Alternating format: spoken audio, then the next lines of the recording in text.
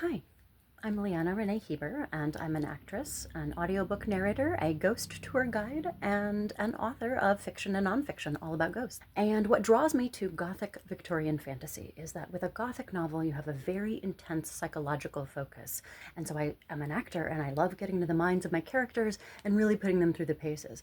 In a Gothic tale, also setting is characters. So the idea of creating a lush, rich atmosphere, very detailed, in which the events unfold, I love every part of that.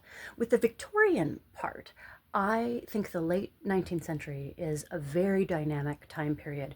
We're inching towards our modern era. We're starting to have mechanisms, and technology is starting to get towards what we would expect in our modern era.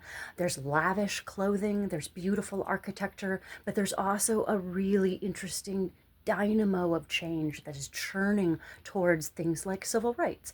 My female characters are struggling to find their place in the world, but they're finding their place in the world as working women trying to navigate a changing society. And I think that's a really exciting time period in which to set a story. And with fantasy, well, that's how my characters solve their problems. So most of my characters are sensitives or psychics in some way, or are surrounded by psychic phenomena, and that is how the story unfolds.